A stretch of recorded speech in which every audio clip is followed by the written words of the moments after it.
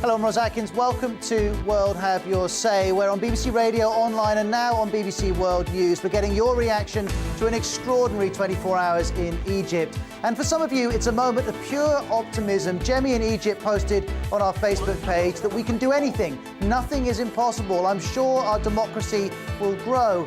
Well, Jerry, we're sure to talk about what should happen now in Egypt, but then there's also the impact of this around the world. Joe in Texas writes, this is a rock dropped into the pond. Now watch the ripples. And Philip in Nigeria adds, as Egypt celebrates, let the Mugabes of Africa beware. They are next in line. Despotic regimes must fall. Well, wherever you're watching, do you share Joe and Philip's belief that we'll now witness a huge domino effect? Do you believe that Egypt will affect politics in your country? Or is that idealistic and very unlikely? You're all welcome to get involved.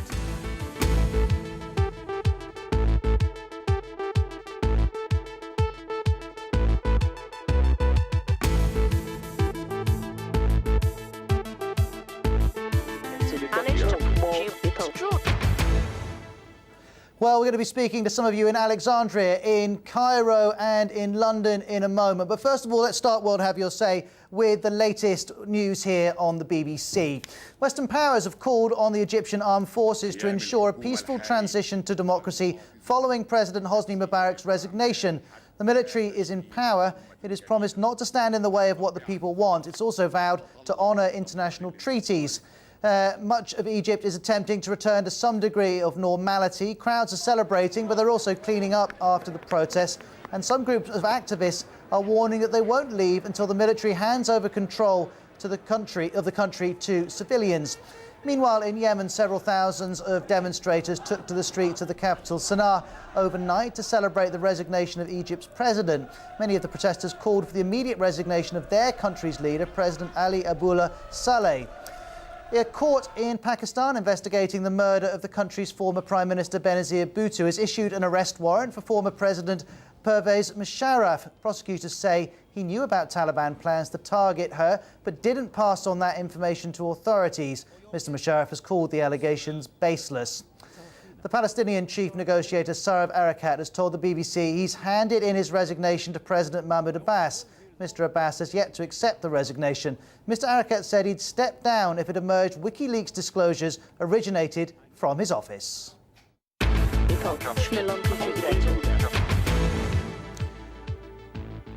Well, we have a number of people waiting to speak to us. Adele is in Alexandria, has just called us up watching on BBC World News. We're also going to speak to Hassam, an Egyptian who lives in London, and our colleague Sally Nabil from BBC Arabic is going to be joining us in just a moment. But first of all, let's go to Cairo and speak to Ragda. Welcome to World Have Your Say. Ragda, tell us, do you think that expectations are perhaps spiralling out of control, that what's going to happen in Egypt can't meet all the dreams that you have? As Egyptian youth, we know that when we started the revolution, we knew that there would be some short-term economic problems, but we decided to forego these short-term goals for the sake of economic prosperity. I think there will be a lot to do for our country, and this is just the beginning, it's not the end. And it's the role of the people and it's the role of youth now and the role of the civil sector to build the country together. And as we're talking to you, Ragda, we can also see on the screen live pictures from Tahrir Square. As you can see, lots of people still waving their flags. It's as if the party hasn't stopped since President Mubarak announced that he was going. That was at 16 hours GMT on Friday. There you go, the live pictures there. Still thousands of people in the centre of Cairo. At the moment, I can see we've got calls coming in from the UAE, Pakistan, Somalia and Nigeria. If you'd like to call and join the conversation, wherever you're watching BBC World News, all the contact details scroll along the bottom of the screen throughout the programme. For text, the phone number, Twitter, Facebook and the blog. It's all there all the time. Well, let's bring in Hassam, who's an Egyptian in London. Hassam, talk to us about how Egypt has to manage expectations now. Well, I mean, I believe that there will be a transition and there will be a provisional government, perhaps of technocrats. There will be steps to be taken to create a constitutional council. Of course, there are areas here. Are they going to make amendment to the current constitution or rewrite a new constitution? And if it is written, What about different clauses in it? And Hassan, what would you prefer? Would you like a brand new constitution? Yes, I do. I think actually in Egypt there has been so many different constitutions, perhaps the best of them, the one that has never been applied, and that's the one which was formulated in 1953 after the coup in 1952. But then the army officers decided not to use it. And it speaks about a secular state, it speaks about the equal rights for people. It's an absolutely perfect constitution. Well, I personally also like to have parliamentary democracy rather than a presidential one. And that will be part of the issues. And if you're going to do elections, would it be constituencies as it is now, or could it be proportional representation? Okay, it was, well, pressing debates that exist still in many democracies that have been around for centuries. I can think of the debate in the UK at the moment about proportional representation and whether to get rid of first past the post. Just before we speak to someone on the phone from Alexandria, quickly, let me ask you, Ragda, in Cairo, do you want a brand new constitution? Speaking about the many voices of youth here in Cairo, even in Egypt, I think we need a new constitution. It's not only because it's a new system, but we need a new social contract that defines the relationship between the state and the people. So the current constitution, maybe it's good, but we need to change the strategy of the relationship between the state and the people. So, of course, we go for a new constitution. And I'm wondering if those of you in South Africa have views on this. Of course, after apartheid, you rewrote the constitution from scratch. Do you think that's something Egypt should do? Do get in touch. You can see all the comments popping up on the screen just to the side of me, and all the contact details are at the bottom of the screen. I can see that Roberto's watching in Italy. He's posted on Facebook, sorry, but how can someone really call this a revolution? It was a coup d'etat by the army. Collins, a Nigerian living in Cambodia, has texted us saying, I praise the professionalism of the Egyptian army. They refused to harm their own people but protected them, unlike other African soldiers who kill, steal and rape their own people in such situations. Well, let's speak to Adele, who's been watching us here on BBC World News in Alexandria, Egypt's second largest city. Adele, let's carry on the discussion about what reforms should be introduced. Would you like to see a new constitution? The question is not a new constitution or a change of the constitution. The question is who will be in power. It was a uprising, then it turned into revolt, and now it's a coup. The army took over power. This is not fair. The army has to appoint a coalition government and an acting president. Civil people, not military people. Adele, let me interrupt you. How can you have a coalition now when there are hardly any established opposition parties in Egypt? It would be very hard to form a coalition. Yes, it's not hard. There are high-ranking officials in the government, civilians. For example, the Ministry of Finance, let the man in charge be the finance minister. In the Ministry of Tourism, let somebody from the civilian people there to take charge. Okay, let me jump in there, Adele, because I want to put the points you're making to Hassan first of all. Hassan, what about that from Adele in Alexandria saying, look, until we get the army out of the picture, there's nothing to celebrate. We should have some sort of coalition right away. Well, I wish that was the case. I wish that this revolution had leaders very clear from the start. But this is a flat by people revolution. And if you topple the whole regime altogether, then you have anarchy. So the army is there to provide a degree of security. But I do believe that if the army try to hang on to power, then the people will be back on the streets and in much higher numbers. They've broken the barrier of fear. And it is our duty in all the opposition and all other things to formulate our policies. If they do not do a constitutional council, then we will have to be back again in the streets.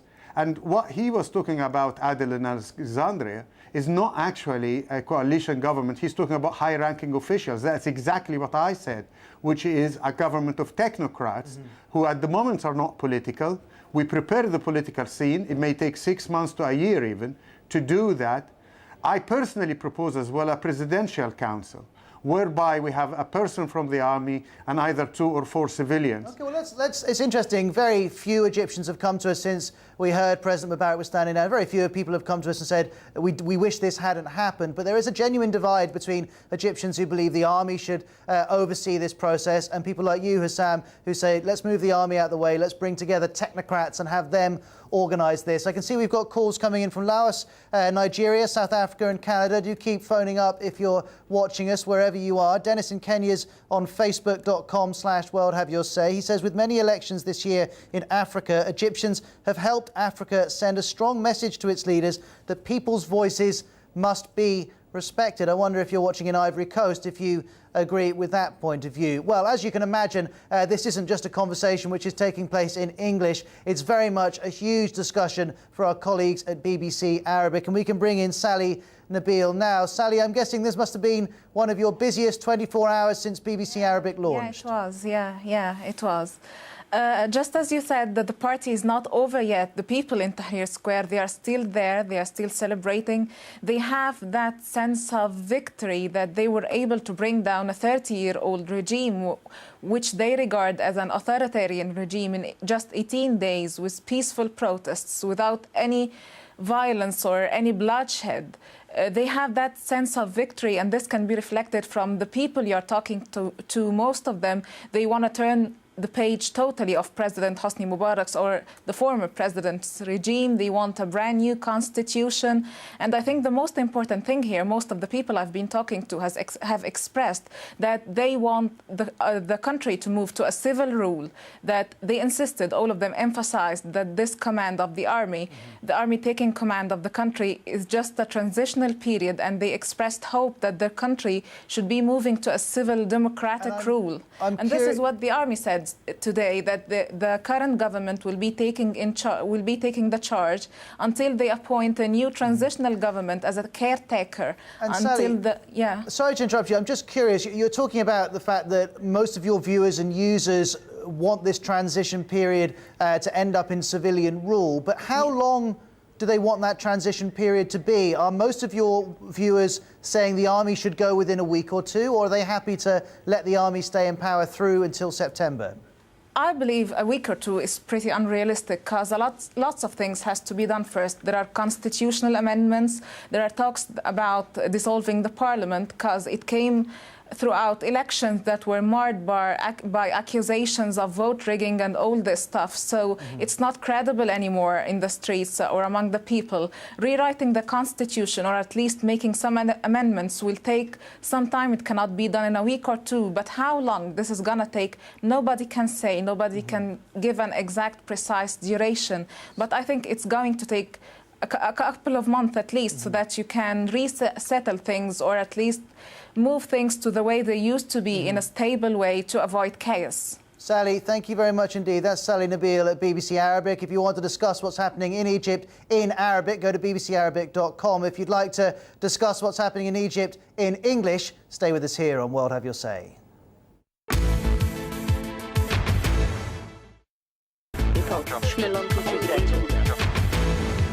Hi, this is Ros Atkins with you on World Have Your Say on BBC World News. Of course, we're talking about Egypt. Jack Tones just emailed from Kenya. It's good that Mubarak stepped down to give room for democracy. It should set an example to other African leaders. Lots of you watching in Africa are making that point. And if you are online and want to get involved, go to facebook.com/worldhaveyoursay. Click the like button and you can take part in the discussion right now. Many of you are sending in messages. Now, joining us from Cairo, we have Bassem. Joining us from Jerusalem, Ziad. And here in London is Hossam. All three taking part in a live discussion here on BBC World News. Let's start with you, Ziad, in Jerusalem. Ziad Khalil Abu Zayed is co-founder of the Middle East Post. We've heard any amount of talk about a domino effect across the Middle East. Do you think it's going to happen? Well, the effect, we can already feel the effect back here. Many people are talking about the recent change in Egypt and the People's Revolution that is considered by many people as the beginning of the Renaissance age in the Arab world. Many Palestinians were asking for a similar peaceful revolution in order to achieve two targets. One of them is to end the Israeli occupation and the other one is to end the division between the Palestinian political parties. So yes, the effect can be felt here. Many people are talking about it in the streets. They love the way that they show this. They watch this youth generation going out to the streets and calling for a change. The youth generation in the Arab world has been calling for a change since many years, but the regimes did not listen to that. And this is only a reaction of the actions that have been made in the recent 20 or 30 years in the Arab world. So the effect could be felt, and I think that it will continue to spread through the Arab world. And we are already witnessing events in Yemen, in Algeria, and many other places. It is something that would be hard to be controlled. And it is a normal reaction of the youth generations that are saying enough is enough. We want democracy. We want our rights back. We want to represent ourselves. We want the resources of our countries to be given for the economy of the country instead of being stolen. So yes, this is the situation currently. Thank you very much. You say very much this is an inspiration to the whole region. You can see live pictures there from Tahrir Square. Still thousands of people there, some celebrating, some praying, and also some all day clearing up, because there's some mess after 18 days, and many of the protesters are making the point that if they create the mess, they're going to clear it up as a sign that they're serious about a new start for Egypt. Let's bring in Bassem in Cairo. Bassem, how do you feel when you hear Ziad in Jerusalem talking about the fact that you're an inspiration to a whole region? Well, it has been inspiration to the whole world and to the whole Middle East. I think that all of the countries in the Middle East are following the same system, that when they see protests are winning against a regime, they want that in their country too, seeing it upon the media, upon everything. And they want to apply democracy in the Middle East because they really need it. But when are the people are going to have the culture of democracy? By starting by everyone, by himself, by proceeding democracy in his daily life. By that we will reach our target goal, our dream, Egypt having democracy. Hassam? Well, that is obviously absolutely true. It's about education and development. But that, you know, at the end of the day, you need the right institutions for that to happen. It will take a good time, actually, to retrain the police forces that they are there to serve the people and not to take money out of the people. It will take quite a time to make all sorts of changes in the society. But you need to have the institutions, and you can't wait to educate the people and then have the institutions.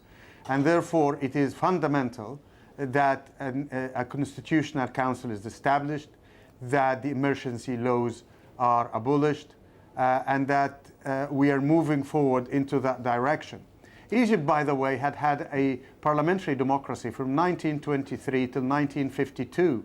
Egypt had the first parliament in the whole Middle East in 1881, which was abolished by the British when they occupied Egypt. So obviously it's a process, and we will carry on into that. Hassam, let me just jump in here. You say it's a process. Let's very quickly speak to Hami, who's called us from Turkey. Hami, we've only got a few seconds, but what's your message to Egyptians?